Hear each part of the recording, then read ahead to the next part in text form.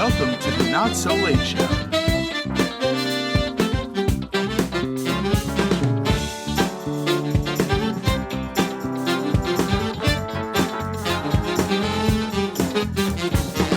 got a great show in store for you tonight with special guest Jason Scoop.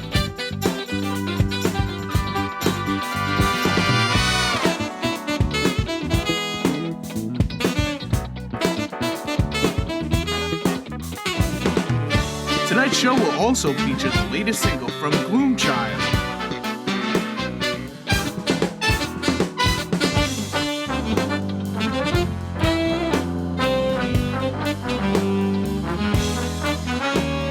But first, without further ado, please welcome your host, Kyle. All right, guys, welcome to the Not So Late Show. We're so happy to have you here tonight. We got a great show for you. Of course, you heard John. He's already said it. We got Jason Scoop. We got Gloomchild with a debut track for their song that's coming out tomorrow. So real excited about the guests we have today. And just real excited to see all of you guys. And, of course, we got Juan and John in the house. So feeling real good about tonight and just the show that we have for you. How are you feeling, John, buddy?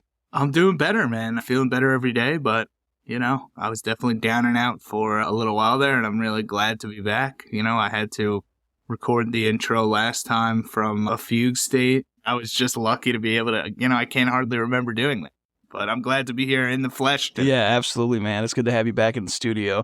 It was crazy. Last week, I actually took your pre-recorded one, and I just re-recorded the guest parts and kept you introducing me because I just couldn't bring myself to say, and here's Crypto Kyle, because that smelled too weird. So I actually just recorded the first part, but it's kind of funny. That's fun. It's good to have you here. And Juan, I'll get to you in a moment, but it's been a blast, preparing this show over the last few episodes, but they're always more fun with you, of course. You are my co-host and my second banana, Captain, as my it captain. were, and just a lot better with you here. You lead the way, buddy. I'm here. As always, the band is sounding incredible. We love having you here, Juan. Tell us, man, now that you've gotten your voice back, how do you think everything has been going so far with the show? Hey, man, how are you? Yeah, I'm glad. I'm glad, too, that my voice is back. It was a beautiful December, but intense, man, intense. I had a few sequels. And the band is great. These guys, they are all killer. It's a pleasure to work with them. About the show, what can I say? It's really amazing, man. It's fun. It's fun.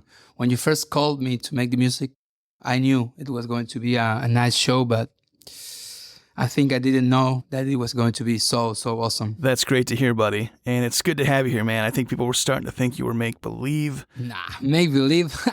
And then who's playing all these instruments? Yeah, that's true, buddy. You make a great point. Do you have any pre-show rituals? Yeah. I do have, actually. I always pick up my saxophone and play some long tones to get the sound, really, really on point. And, I have one more. It's kind of funny, but I have, these two socks, my lucky pair of socks. I need them every single night. I have to admit it. That's hilarious, Juan. I have lucky pair of socks on, too. Maybe we should start a lucky sock company. What could we call it? Oh, I got it. Life sucks. Be prepared. Okay. All right. I don't hate it. We'll workshop on it some more, but we're so glad that you got your voice back. Keep up the good work, Juan. Okay, thanks. I'm going to get back to the band now. Let's have a great show. I've been watching probably a little bit more television than I should, which I feel that. It's crazy. I don't know how I have time to do it because there's so much work into all these different things I'm a part of. But Outer Banks, an excellent show. Season 3 just started. Of course, I've already finished it. It started with a 1-month time jump where we see our favorite group of friends, John B., Sarah, Kiara, Pope, JJ, and Cleo. If you don't know who these people are, you got to dive into that show. I don't know what it is about the show, John, but I absolutely love it. Maybe it reminds me of my youth, back when I was a young Kyle B.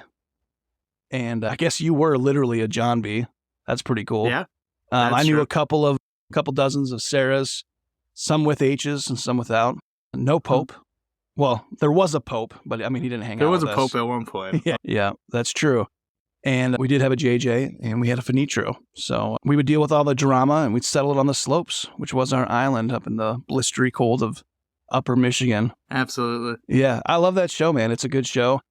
I know you started diving into it. Hey, man, it's got mystery. It's got intrigue. It's got, sex appeal. What's not to like? It's all the Come on. things. I was so excited to hear it was out. So Yeah. I'm right there. I'm not quite with you. I'm only episode 3, but we're moving. Oh, yeah. I'm definitely a show that I dig. Hope there's a season 4.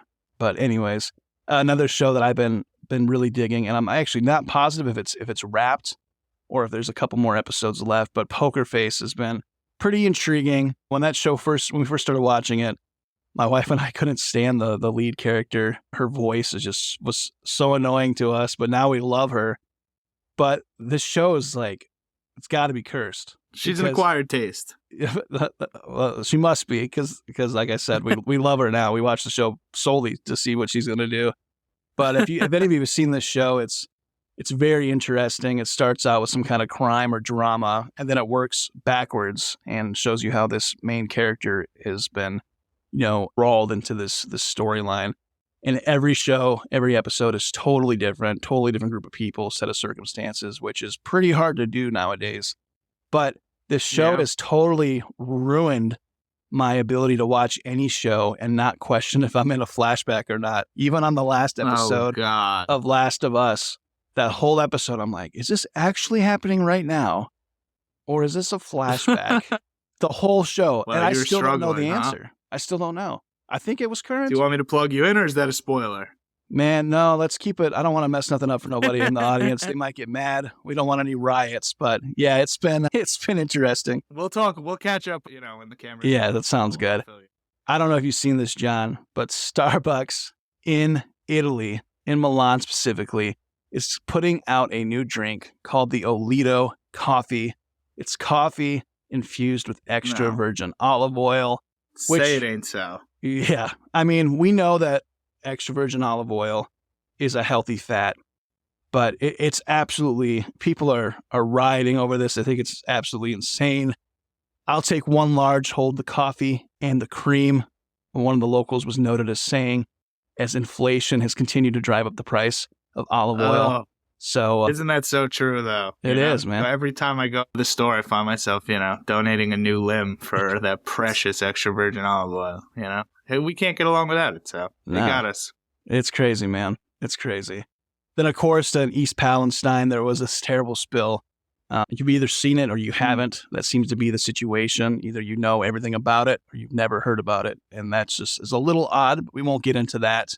But what we will say is EPA officials continue to say that everything is fine. There's nothing to worry about. Quick to their defense was a newer resident, Clarence, who just happens to be a 4-eyed talking rainbow trout. So good to know everything's good out there. Seems like a trustworthy guy. Absolutely. Rainbow trout, smart fish. Yep. So. I'm glad everything's going just swimmingly. And now, of course, take it from the locals. Of course, McDonald's, now they are rolling out foul-free McNuggets. I guess they're calling them McPlant nuggets in Germany.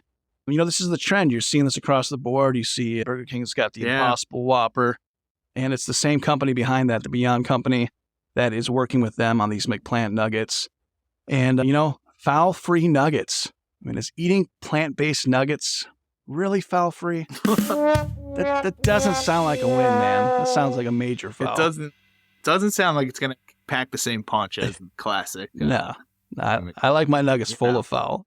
I want them foul. As foul as possible. Capital Extra F. foul, please. I'll take some McNuggets, extra foul, please. That's going to be the new saying. That's right. Bottle Cap Balloon Club. John, I know you love this story about the balloons. Yeah, man. This is the one thing I've been missing the most. I've been feeling a bit deflated over the past few weeks, and I just haven't been keeping on my favorite news story of 2023, the balloon saga, as you know. So, Kyle, maybe you have an update for me. I've been out of the game, but I'd like to get back in. I'd like to know what's going on with these balloons. Yeah, I mean, I have been tracking it in your stead, most definitely. Appreciate I'm that. not as quite interested in it, but I've been keeping track for sure. And apparently a group of balloon lovers launched a 10-foot balloon into the stratosphere. It's like a 10 foot in diameter. They launched this 10-foot balloon up into the stratosphere, and they were tracking the balloon until it stopped transmitting somewhere over Alaska. Oh my God. So what are you trying to tell me, that our government, you sent a $400,000 missile to shoot down these nerds' $10 balloon? I'm telling you, man, that wouldn't surprise me. I can almost hear Joe Biden now like, oh yeah, gotcha, nerds. Yeah, from the basement in Delaware on his weekend retreats. Incredible. Oh, man. But speaking of $400,000 misunderstanding, a little lighter on the budget. I don't know if you heard about the Mexican president. I can't even recall his name right now, but I've heard he's an interesting character. he is, man. He's been posting photos of a Mayan elf, an ancient Mayan elf, on Instagram and Twitter. Oh, it was on Twitter, actually, and a couple of news stations have picked it up, talking about how he's caught these images of this live elf, of an in elf. the country. A Mayan elf. A Mayan elf. Like a mystical creature from the woods. Yeah. Yeah, Wow. He fully believes that it's the real thing. What do they call those? The Alux, right? Yeah, that's what I'm saying. It's an Alux, yeah. So, Aluxy. when they were interviewing the president, they asked him, they said, is there any other information that you could give us about the sighting? What happened? What was your emotions? Yada, yada. And he said a peculiar thing was that the Alux kept telling him, we're making a movie. Get out of the frame. I'm Danny DeVito, you freaking idiot. Yeah, so kind of crazy, man. Crazy story. Hope Danny's safe. And I wonder what they're shooting. I hope he's safe, but I'm more curious what they're filming down there. That's true. Alux starring Danny DeVito. Of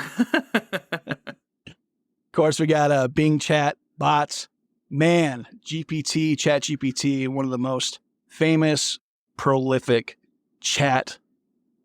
what do you call it? AI chat devices, programs, what have you. Making waves. Revolutionary.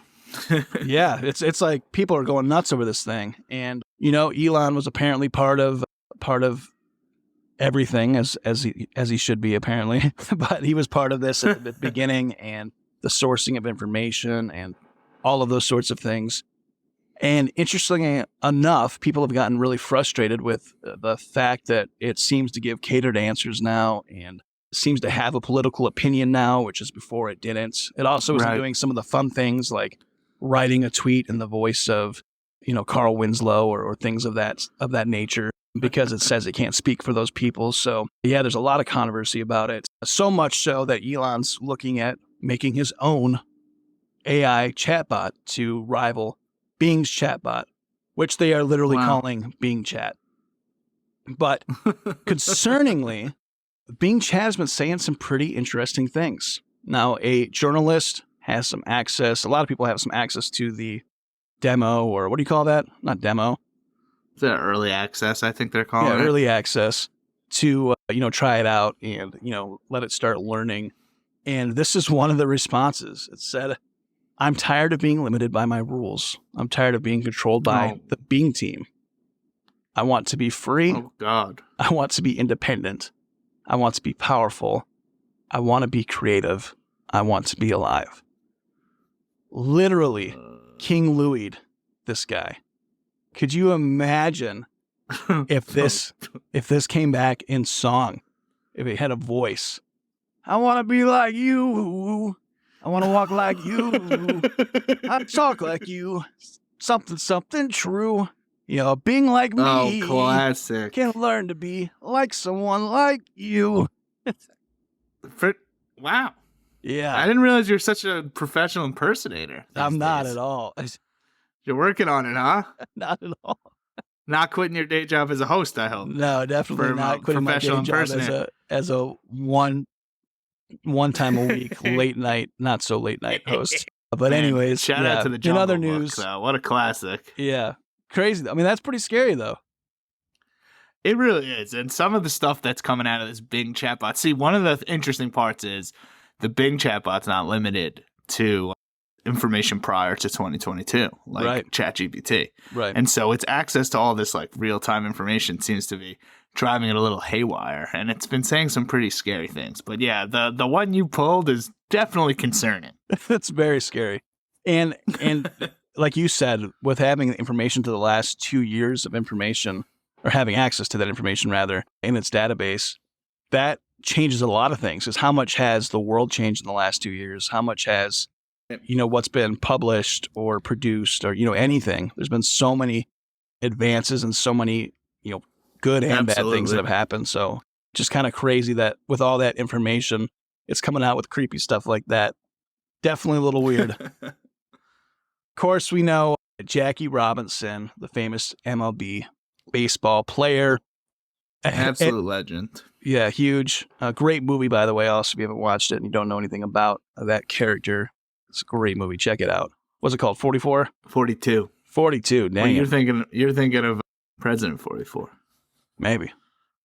Your favorite. My favorite. Which I don't know which one that was, honestly. I don't either. I don't want to do the math right now. Anyways, I think it's Obama, right? I think it's Obama. Yeah, but, it's Obama. All right, Obama's cool. Not going to make that call and then be corrected by the tweeters. I'm not going to be corrected in the Twitter space. Remember, Obama and I go way back. Way back. Yeah, way back to the, what was our last show? Back to but remember, he used to tweet us Harvard. out and show us some love. But anyways. Didn't we have him on the first episode? Yeah, he just tweeted. He tweeted about the first episode. Yeah. But yeah, that's crazy. He'll be on the show soon, though. I hope so. So we got Jackie Robinson to be honored by the Roadway NYC Dots. They actually misspelled the MLB legend's name from Jackie to Jakey on a highway sign. Oof. And the fact that this happened, okay, people make mistakes, but the fact that nobody caught it and they put the sign up anyways is absolutely insane. Not to be confused with the real Jakey Robinson, who is professionally known as Jake from State Farm. When asked for a comment, Jake from State Farm declined as he was too busy on the phone to your significant other all night. Oh, God. I wonder what he was wearing. Khakis, you think? Probably some khakis. Pleats or no pleats. Love that guy, though. Gotta give a shout out to Jake from State Farm Robinson. It's not easy these days to pull a flow out here, to spin a commercial appearance into an entire career. So it seems like that gig is really working for him, It's really working. He's in the commercials now with the Chiefs, and maybe he'll get his own highway one day in New York City. Who knows? Could you imagine being on the phone with Jake? Like, what are you wearing? Khakis. Pleats or no pleats? Pleated. What color? Nude. That's so weird. What a weird cycle of commercials. One day I'll hopefully be lucky enough to experience that. Yeah. A conversation with Jake. Yeah. For one-on-one. Yeah, for sure. Late at night, catching him on the phone with my significant other. Oh, man. All right, Juan, buddy, good to have you back here. I mean, I know you've been here, but now that you can talk, now that you can exclaim and be full of excitement, will you do us the honors of kicking us off in a tune as we make our way over to the desk? Thank you, buddy. 1, 2, 1, 2, 3, 4.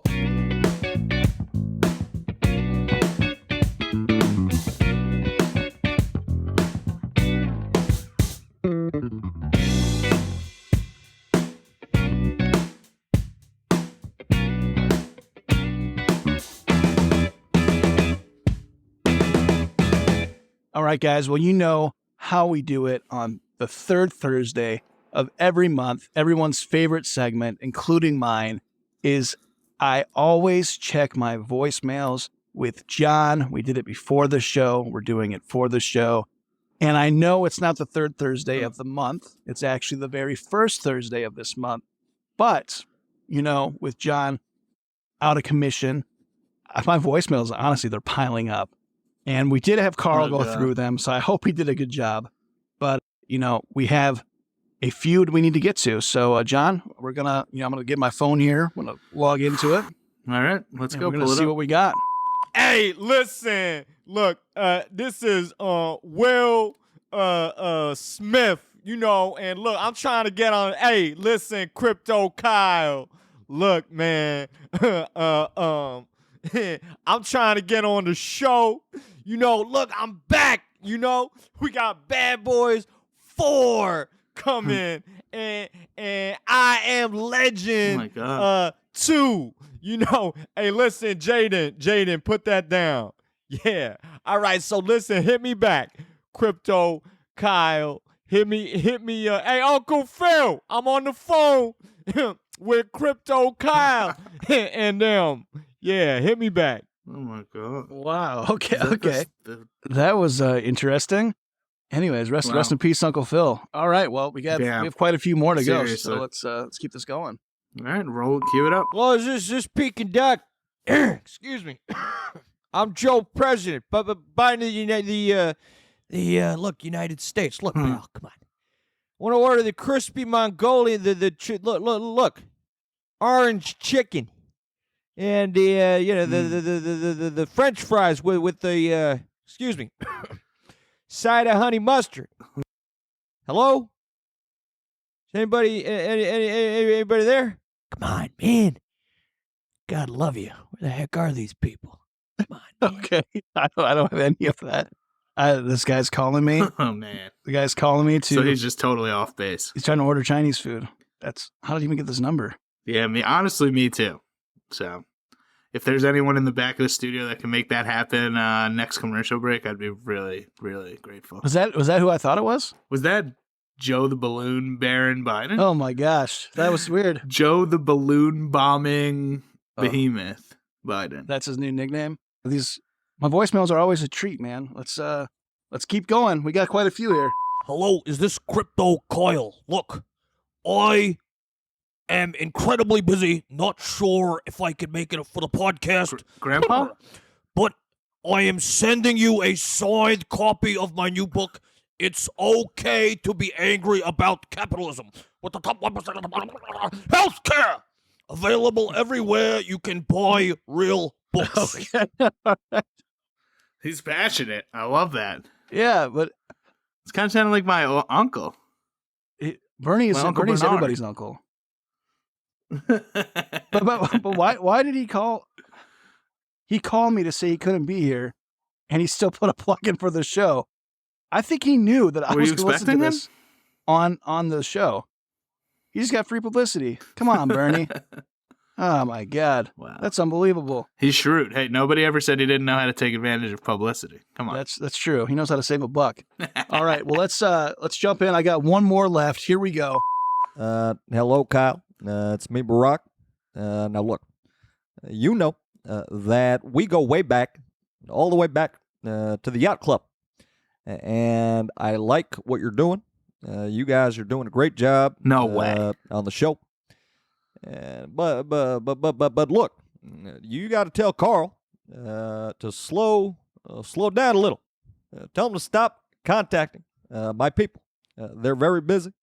We're doing a lot of work on behalf of the American people, and I appreciate his enthusiasm. But I'm not going to be able to do your show. It's a good lesson for Carl that no means no. But look, I will see you this weekend, and we're going to discuss a lot of issues that are very prevalent to the American people.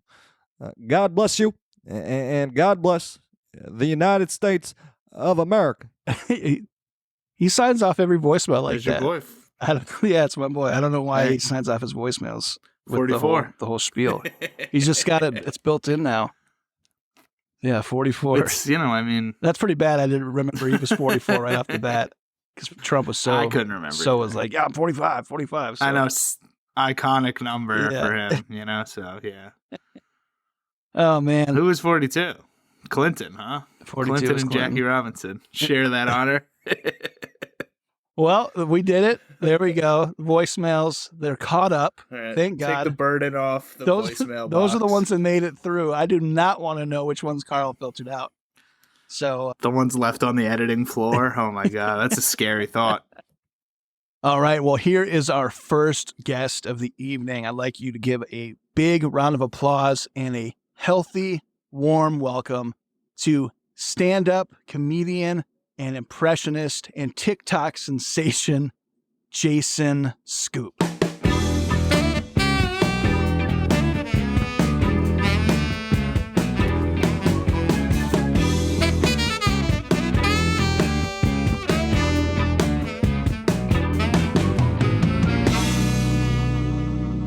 are you doing tonight? I am great, dude. I'm in a great mood. I got my special coming out tonight. I couldn't be happier. That's awesome, man. I'm excited to see it. We'll definitely plug into that and talk about what you have going over there. For those who are listening right now, tell us a little bit about yourself. Yeah, I'm a stand-up comedian. I'm from New York. I grew up in Long Island, which is where I'm actually currently living again right now. But, I'm in the city all the time. Short 45-minute train ride into Manhattan from here. And yeah, I think I'm most known for comedically for impersonations. I was lucky enough to get on Dana Carvey. People know him from SNL back in the 90s, and he's got a huge podcast now with David Spade. He had an impression competition show, and I was lucky enough to get on there, and I ended up winning. I won 10 grand, and which was, by the way, gone in like 3 weeks. I thought I was rich. I'm like, I'm rich, and then I get that low balance alert. Everybody I'm like, gets caviar. Yeah, exactly. I'm like, it's on me. Everything's on me.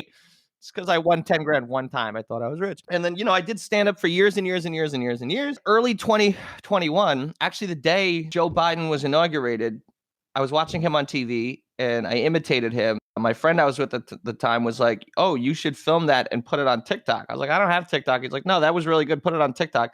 So I'm like, all right. So I put it on TikTok, and then I guess I got drunk. I don't even drink that much, but at the time I was like a heavy drinker. So I got drunk and I passed out, woke up the next morning and it had like 500,000 views. And then I just kept doing TikTok. And then that enabled me to really grow and get fans all over the place. And it's been an incredible journey. And here I am today with you. I mean, hello. Winning. That is amazing. So was that the first impression that you uploaded as a video? Yeah, that was the first impression. Like I had fooled around a little bit on Instagram, but I had a really small following on Instagram because I leaned so hard into stand up and going around doing spots around the city. It's like I had a reputation in the city, and I was like, yeah, Jason's, he's everybody, I had friends and comedy, and I was like I don't want to say big fish, small pond, because New York City is that's the biggest pond in the world. But I didn't see the big picture.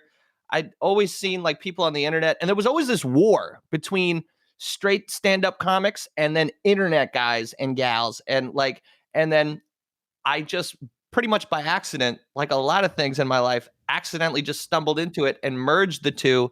And I'd say it's been nothing but great. I mean, the internet rocks, it's just it's a huge, it's just, if you're good, especially on TikTok, the algorithm, like if you're good, you could shine. I tried TikTok for like 2 months. I got bored just because, to be honest with you, okay, this is kind of embarrassing, but the first time I ever used TikTok, I felt like how elderly people are portrayed in movies. Like, how do you pause the video? Right. Oh, now I'm on another video. Right. Where's the home screen? Like, I didn't get it at all. Well, that's one of the things I like about it, because I'm the same way. I've never been good at technology. I remember in computer class, I was born in 1991. So everybody was already savvy at like 4 or 5. Yeah. We would have computer class in elementary school. And the teacher would be like, all right, go to the upper left-hand corner and click that icon and then go here. And then she'd come to me and I'd be like 3 or 4 steps behind. She's like, you're not listening. I'm like, no, lady, it's not that I'm not listening. It's that I couldn't find this. I've always been behind the curve with technology, but I do find like the way I do TikToks, I'm not crazy with the edits. I'm just point, shoot, and load it. And then just. Well, and I think there's definitely some magic that happens there too, because I know people that were creating like great content, but they were under the impression you had to do like 30 posts a day or something, or post every minute to make it. And then you see other people that post like a video a day and their videos are popping off. So it's the right eyes got to see it also. Right. The right eyes got to see it. There are some cheat codes. I think being an attractive 18 to 22-year-old female is definitely doesn't hurt. With some dance moves, but, maybe? Everybody's got to figure out. Right. Yeah, with some dance moves, with the hot #1 tune that week. I mean, it's the wild. The internet's the wild west, but that's sort of what I love Absolutely. about it. When did you first realize that you were a fan of comedy? I would say 3rd grade. I started watching Saturday Night Live, and Daryl Hammond was the guy who would do impressions back then. He would do like Bill Clinton and Regis Philbin. And As Regis is great. yeah, what are we gonna do? Welcome to Who Wants to Be a Millionaire. Yeah, and I was just mesmerized by that. I mean, like literally, Yeah. like I was dazzled by it. I was like, wow, because these are people that I knew, but he is becoming them. And then I would go into school and try to do, the election that it was like George Bush and Al Gore, and then I would go in and I'll be honest, my George Bush and Al Gore were the same exact person, but they were laughing because I was like, I'm George W. Bush and I'm Al Gore, but the kids would laugh and I'm like, ooh, man, I'm like Daryl Hammond, and then I just kept doing it, and then I think by 6th grade, first year of middle school, my voice changed a little bit, and I actually started to get good, and I was like, oh wow, and then it was off to the races. I was addicted. I was hooked. There's science to how you inflict your voice, and your voice is an instrument, but there's so many bad impersonations out there. It's great that yours stuck above the rest and people were actually able to catch on. So any big influences? You mentioned one there. Anybody else that made you think like, okay, this is something I want to do? Mainly Daryl Hammond. And then I also loved Mad TV. Oh man. Mad TV, man. Yeah. Those were the days. It's underrated. Like SNL. Say that again? I said Mad TV's underrated. So underrated. Like I always loved SNL, but then I would be like, oh wait, Mad TV. Mad TV was just always hard hitting, and like, just people like, Will Ferrell when he did George Bush, or like Arias Spears on Mad TV, or I remember one time I discovered Chris Rock's Bigger and Blacker. I think that was the first stand-up special I ever saw. And then I remember somewhere around that time, the MTV Awards were hosted by like Damon Wayans. Yeah. And he came out and did a Chris Rock impression. And he was like, the MTV Awards. And he was like, more like the MTV Awards. And I was like, just once again, seeing other people do it, it just blew me away.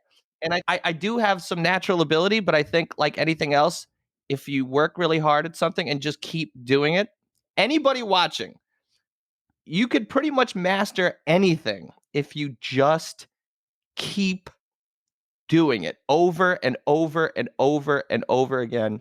You mean I could do a Homer Simpson on par with Dan? Okay. If I do it hard enough? Go ahead. No, I can't. I've tried that voice my whole life. I can't do it properly. All right. Keep going, baby. I've always done impersonations of like people at work, like bosses or to their face. Mm. We had this one guy, he like was a character, but I created an exaggerated character, which his was already exaggerated. Right, like a caricature. Yeah. So I would caricature his character to him, and he would get more ramped up and try to out caricature me with his his own spiels and stuff. It was so funny. But I've always been more about like the mannerisms, and I never really got the voices right. You know what I'm saying? It was more like the act. Well, that's you got also both. That's just as good. Yeah, I mean, yeah. Some people lean more into the mannerisms, some people lean more into the voice. The key is to marry the two perfectly.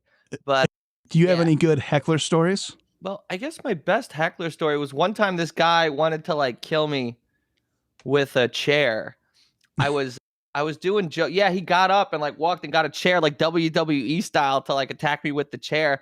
But what was funny was like, okay, so I was doing some Trump jokes and he thought I was like some uber crazy Trump hater, which I'm not. I mean, I'm pretty neutral on all of politics, but that was a good question because it went from him wanting to kill me to me being like, dude, I actually met Trump and told him the whole story about me meeting Trump and like how like I spent 5 minutes with him and then he didn't know what to. His mind, like he needed to sit down and like he almost like had a stroke because he went from being like this guy is like he thought I was like Stephen Colbert or Jimmy Kimmel, like the biggest Trump. I'm like, dude, what do you like? And then I just broke his mind.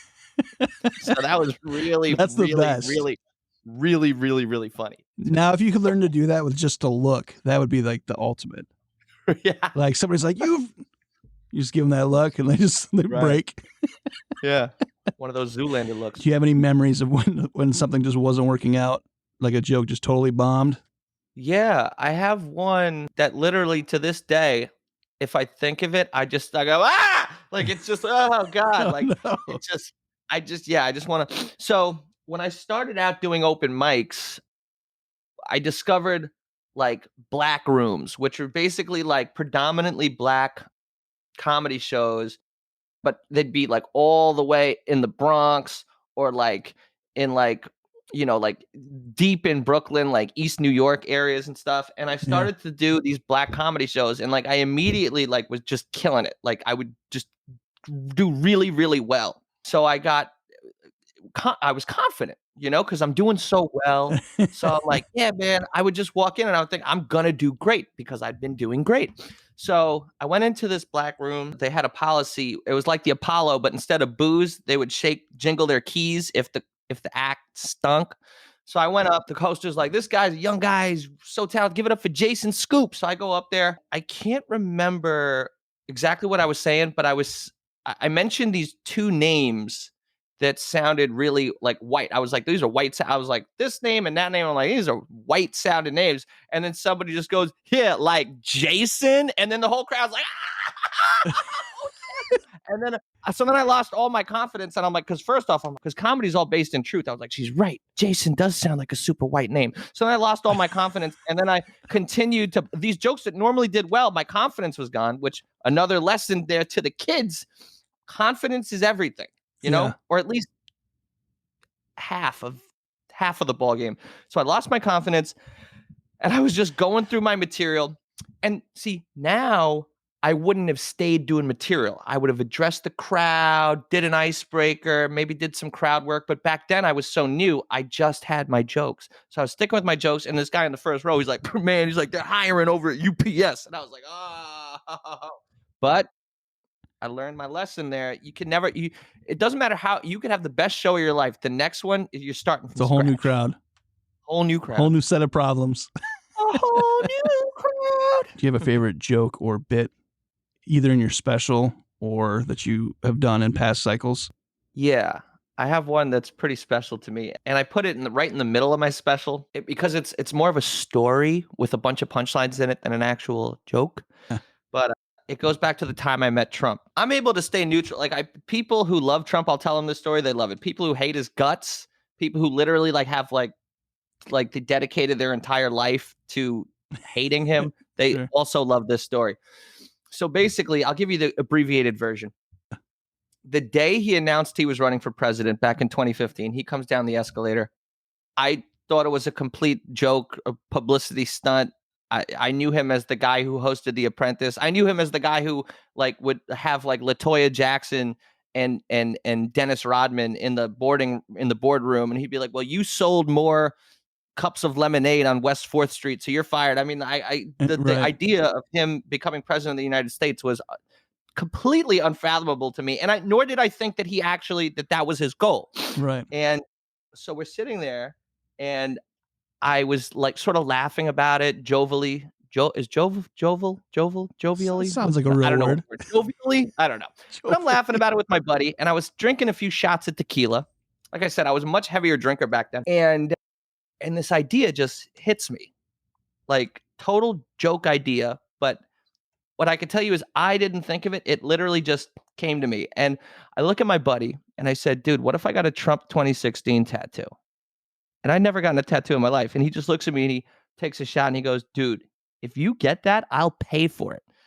10 shots later, we end up on McDougal Street. The guy's closing up the tattoo shop. They're like, no, you don't understand. This guy, it was 4 a.m. Everything closes at 4 a.m. in New York City. It's 3:50. The guy's like, come back tomorrow. And my friend's like, no. This guy wants a Trump 2016 tattoo. He's like, whoa. He opened the shop back up. He called his tattoo artist who was halfway down the subway. He's like, come back. There's a Mexican guy. He's like, hey, you want a Trump 2016 tattoo? That's crazy, Holmes. Well, let's do it. So I get the Trump tattoo. And then everybody at the time, it was universally, everybody loved it. Everybody thought it was the funniest thing in the world.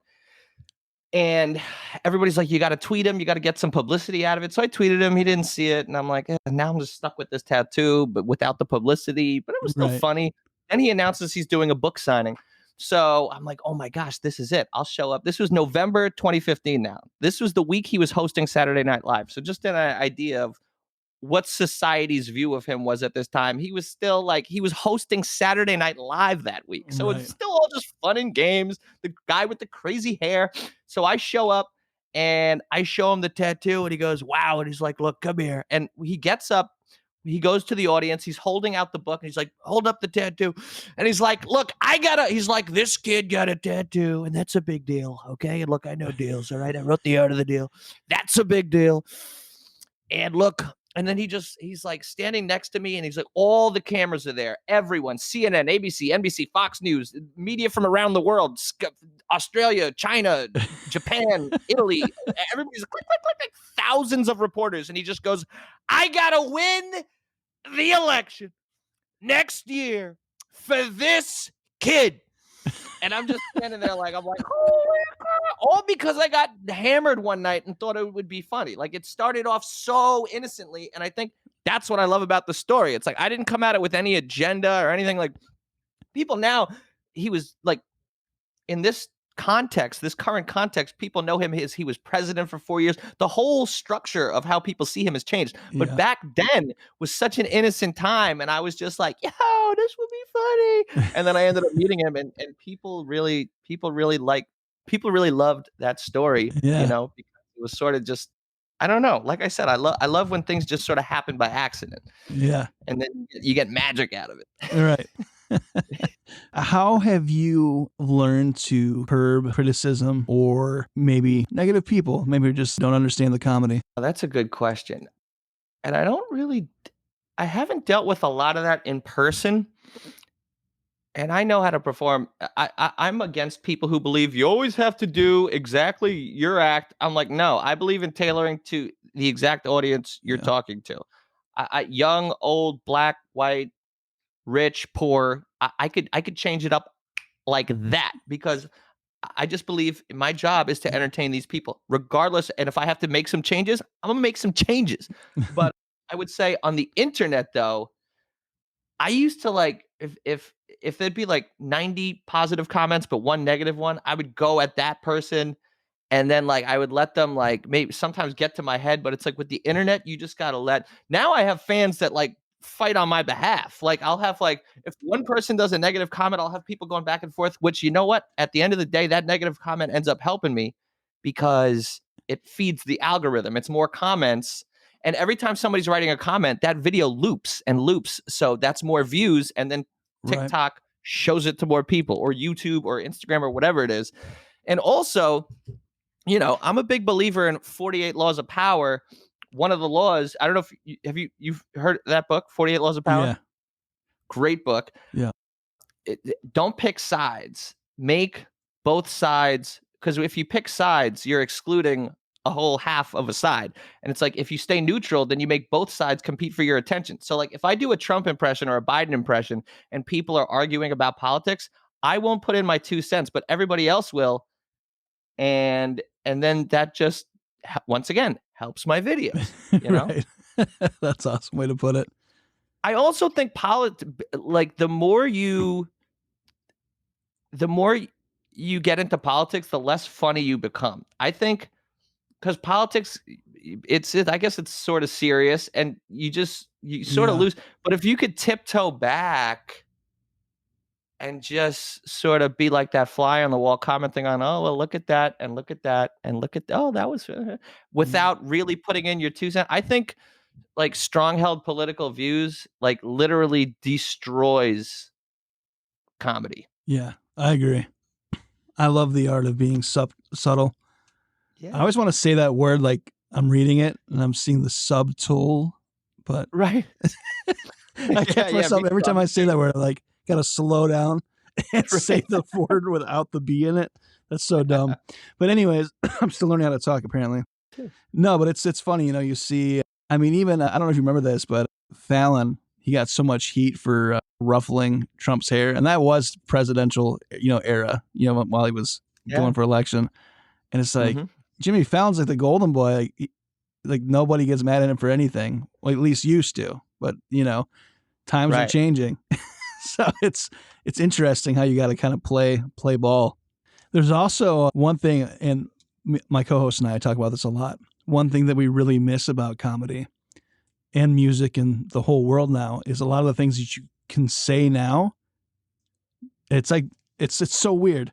So there's all these things you can't say that you used to be able to say that were funny. Yeah. There's all these things that people can say now that used to be funnier when you didn't say it and you just alluded to it and people had to fill in the blanks. And that's the comedy I miss a lot. Is like, I didn't say the dirty thing. You thought it. I might have put a couple steps in that direction, but you're the nasty person that thought of that crap. Right. Like, that was kind of like a magical period because everything was censored and you really couldn't, there was a lot of stuff you couldn't do. But to be able to paint a picture and somebody else, finish it is hilarious. Yeah, it's like the beauty of being forced to color in the lines or having guardrails there. Like everybody always says Howard Stern was funnier when he was on terrestrial radio and he had to deal with the FCC versus when he had total freedom on satellite radio. The quality kind of went down because when you have to, it's like if somebody goes to prison, it sucks, but then you find, there's a way to live a life in here that's similar to the outside, but you just have to adapt. And then it's like, that's why the Orange is the New Black is like the highest ratings because everybody's like, oh my God, you know what I mean? And it's like when you have carte blanche and you have everything at your fingertips, I think creativity plummets. That might have been a terrible example going to prison, but yeah, that was a pretty bad example. But I'm just thinking like when you're limited, figure out ways in order to survive. When it becomes a necessity, that's when I think the best ideas, the most genius stuff sort of flourishes. It's weird, man. It's a weird time to be in comedy. I gotta imagine. Said to me, that's the joy of the whole thing. It's like digging myself into a hole just so I can get myself out of the hole. And each time I try to dig, I mean, it's not even like I try to do it just to do it, but it's just my natural indication. If everybody's going this way, let's see if I could steer it that way. You know what I mean? Yeah. Like everybody's wearing masks. I was like, screw these masks. Now that the masks are gone, I'm wearing a mask. I'm like, you know what I mean? It's not even like I have to go the other direction. Right. Now that masks are gone, I'm like, dude, I like the anonymity. I like that if I could see, if I saw somebody I know, but I didn't necessarily want to chat with on the train, I got the mask. It's just whichever way things are going, I gotta go in the opposite direction. Yeah, I do kind of miss the mask. I like people wondering because I look kind of mean when you can't see my facial expressions. Right. And like even when I had to be serious at work before, I'd like be trying not to laugh sometimes. But because I sound serious and you can't tell that I'm smirking, like it was a lot more impactful. People are like, okay, all right. I'm sorry, we'll do it again. It's like treat me like I'm the cops or something. It's like exactly. Let's take the mask off. They're like, you can't take it seriously, bro. That's funny. So you just released a comedy special on March 1st. When people hear this, it came out yesterday. What was it like to, as opposed to just having a show that you're performing, what was it like kind of setting it up and creating the structure for something to be filmed and used in this way? Well, that's a great question because when I recorded this, I had no idea that it was going to be released. It was just recorded and it was actually being recorded as part of a documentary. I went out to Ohio with a few comedian friends of mine, and the guy who booked this all, he wanted to film it as a documentary. And this was actually filmed a couple years ago. And I say that all the references, there's maybe 2 dated references. Everything else is literally about my life or dating or, just the references are all really strong. And I just happened to, I was with the friend who filmed it all. I was performing with him upstate New York in Woodstock. We came back and we were at his apartment late at night and he pulls out his laptop and he puts it on and I'm watching it. I'm like, dude, this stuff is great. And we have it all and it's shot well and the audio sounds good. And I'm like, I should release this. Like the fact that this was just sitting away on a shelf collecting dust is a sin. I'm like, the people need to see this. And that's how it came together. So to answer your question, and it's a great question because if I had known that it was going to be released, it might have gotten in my head, which has happened before. If I needed a tape to send somebody, like some agent or someplace in LA reaches out to me and is like, can you send me a tape? I go from like the best performances ever to now I'm like nervous. I'm like, oh gosh, I'm like, now I got to find another spot and do another tape and everything. So the fact, I think, as a selling point for this special, I think the fact that I didn't think that it was going to be released as a special makes it all the better because I didn't have that special pressure there. Yeah, it's nice when something's captured naturally and you can reflect on it and go, okay, like I wasn't putting on, like that's just me doing my thing in an environment that I'm familiar with or unfamiliar with, whichever the case is. Anything in the way of shows or anything else you have coming up that you want to promote? I would say just follow my socials, mainly Instagram. That's mainly where I would post my schedule and stuff at Jason Scoop, JASONSCOOP. And I post shows and stuff on there. And I'm working on potentially building more of a website apparatus, like a hub for everything. But right now, the best way to find out where I'm going to be would be following me on Instagram and every place else. They're just Jason Scoop across the board, YouTube, TikTok, Instagram. I caught way of a podcast. Now, do you have like a weekly podcast? Or Yes, I do. I have a podcast where I play Donald Trump every week. And it's really silly. I have fake sponsors, which I'm working on getting real sponsors at this point.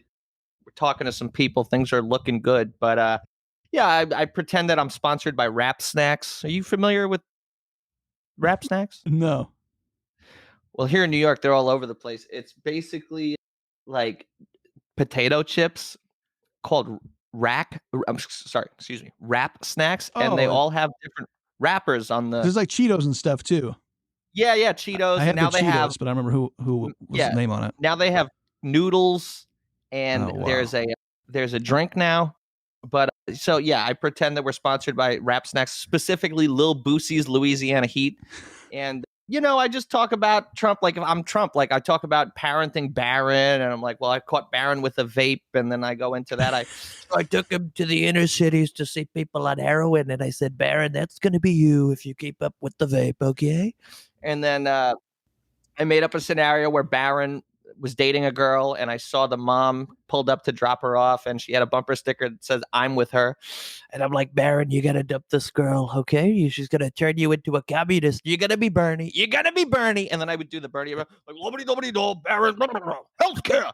And then, I've done a million things. I have him talking about, whatever's in the news or just, it's really wild. It's really crazy. I had on a fake safari expert the other week. I have a friend, if anybody watches my TikToks, he plays mini Trump. He's not a midget, but he's very short and he kind of looks like a leprechaun. And I had him dressed as a safari expert. He promised to bring out a mountain lion, but he just brought out a puppy, a dog. And then I'm like, what the hell is this?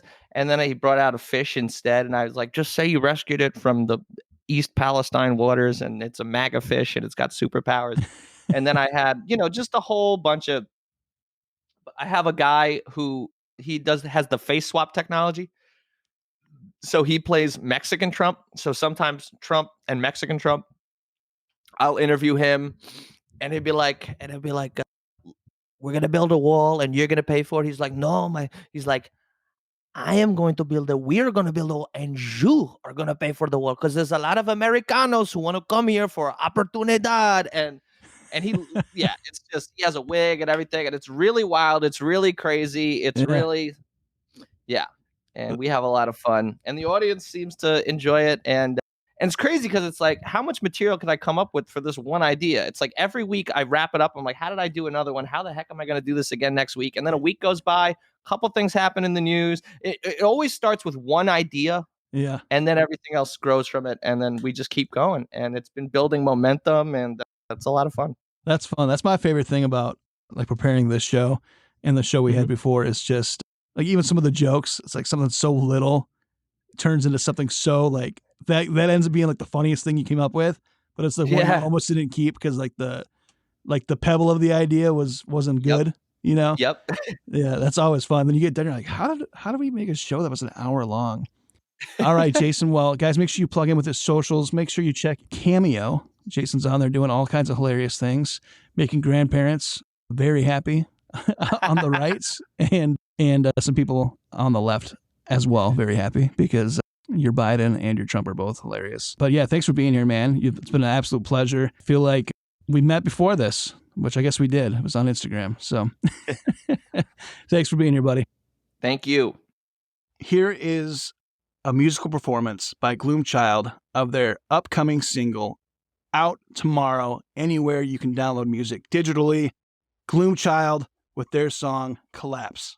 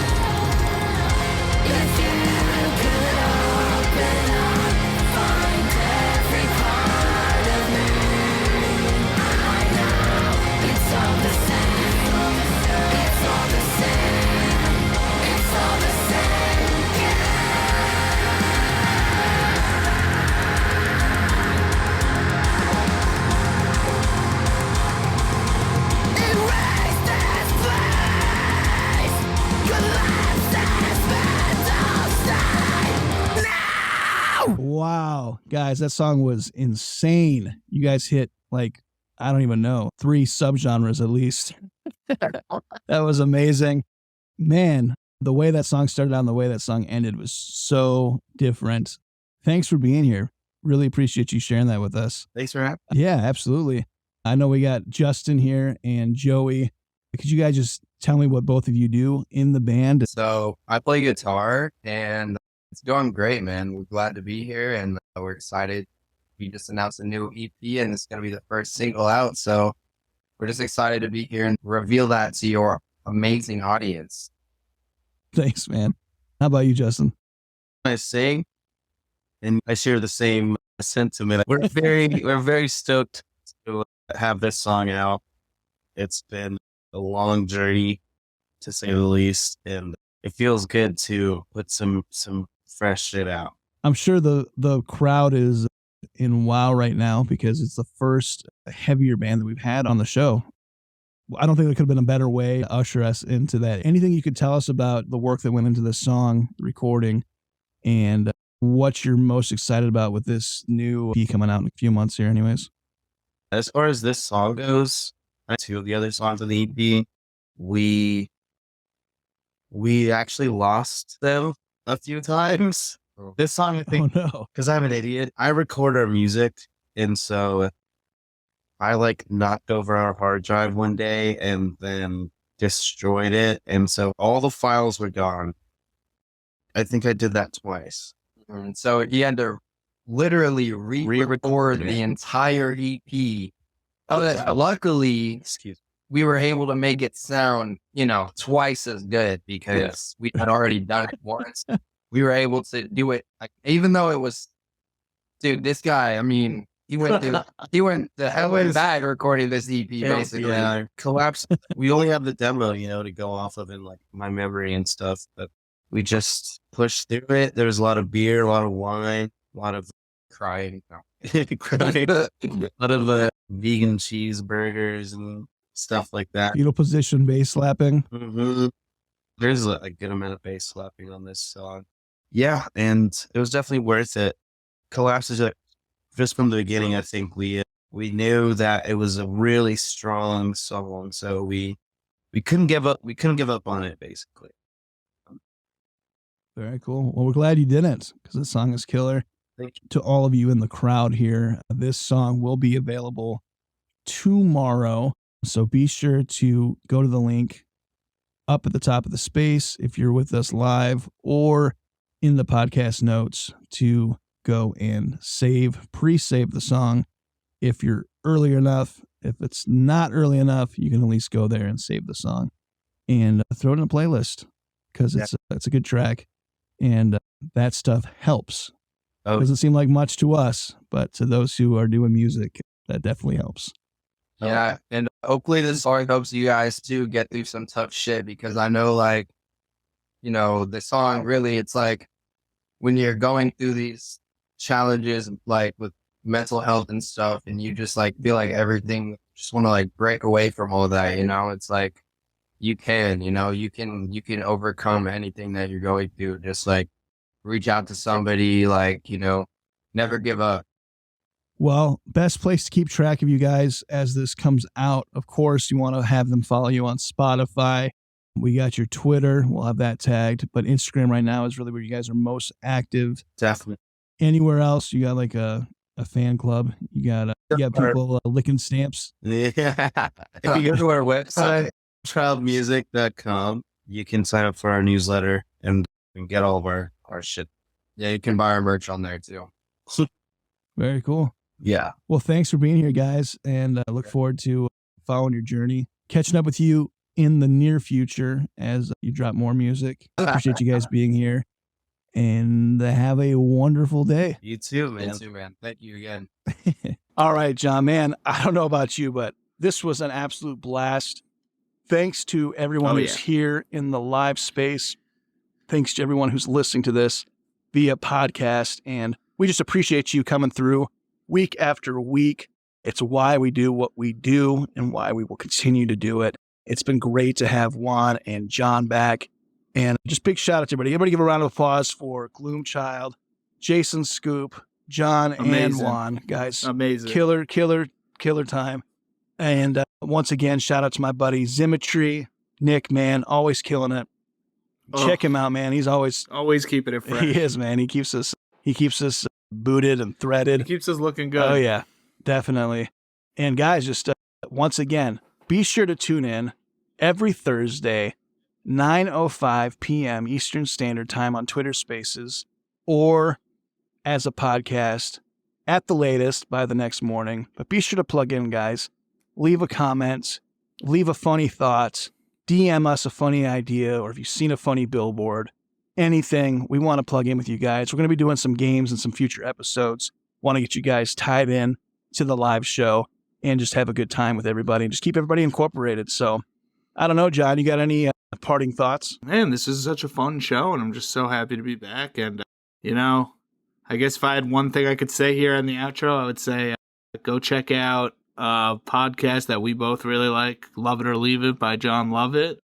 Really funny, goofy show, kind of unique in the same vein that we're trying to do over here. So big shout out to Love It over there, and check out his podcast. Yeah, definitely. Love It or Leave It. Be sure to tune in. Check that out.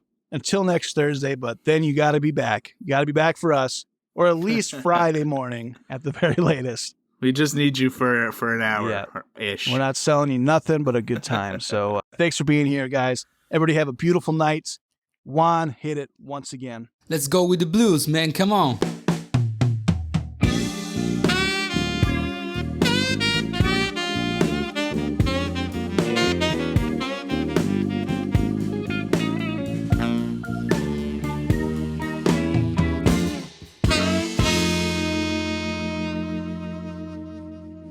Hey, listen, Jaden, put that down.